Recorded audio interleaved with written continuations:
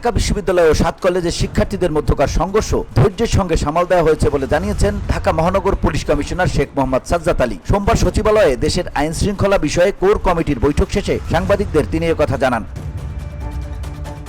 DMP commissioner বলেন, রোববার রাতে ঢাকা কলেজ সহ 7 কলেজের শিক্ষার্থীদের সঙ্গে ঢাকা বিশ্ববিদ্যালয়ের শিক্ষার্থীদের সংঘর্ষের পরিস্থিতি পুলিশ অত্যন্ত ধৈর্যের সঙ্গে সামাল দিয়েছে। পরিস্থিতি সামলাতে যতটুকু দরকার সেই অনুযায়ী সাউন্ড গ্রেনেড এবং টিয়ার শেল ব্যবহার করা হয়েছে, না হলে আরও বড় সংঘর্ষ হতে পারত। শেখ মোহাম্মদ সাজ্জাদ আলী বলেন, আজকের মধ্যে পরিস্থিতি স্বাভাবিক হবে বলে আশা করি, ভালো সমাধান হবে। এর আগে গত রোববার ঢাকা বিশ্ববিদ্যালয়ের শিক্ষার্থী ও অধিভুক্ত 7 কলেজের শিক্ষার্থীদের মধ্যে দফায় দফায় সংঘর্ষের ঘটনা ঘটে। রাত 11টার পর থেকে মধ্যরাত পর্যন্ত শিক্ষার্থীদের মধ্যে এই সংঘর্ষ হয়। জানা যায়, রোববার সন্ধ্যায় 5 দফা দাবি নিয়ে 7 কলেজের শিক্ষার্থীরা ঢাবির প্রভিসি মামুন আহমেদের সঙ্গে আলোচনা করতে গেলে তিনি দুর্ব্যবহার করেছেন বলে অভিযোগ করেন আন্দোলনকারী 7 কলেজের শিক্ষার্থীরা। BOD Bangla news desk.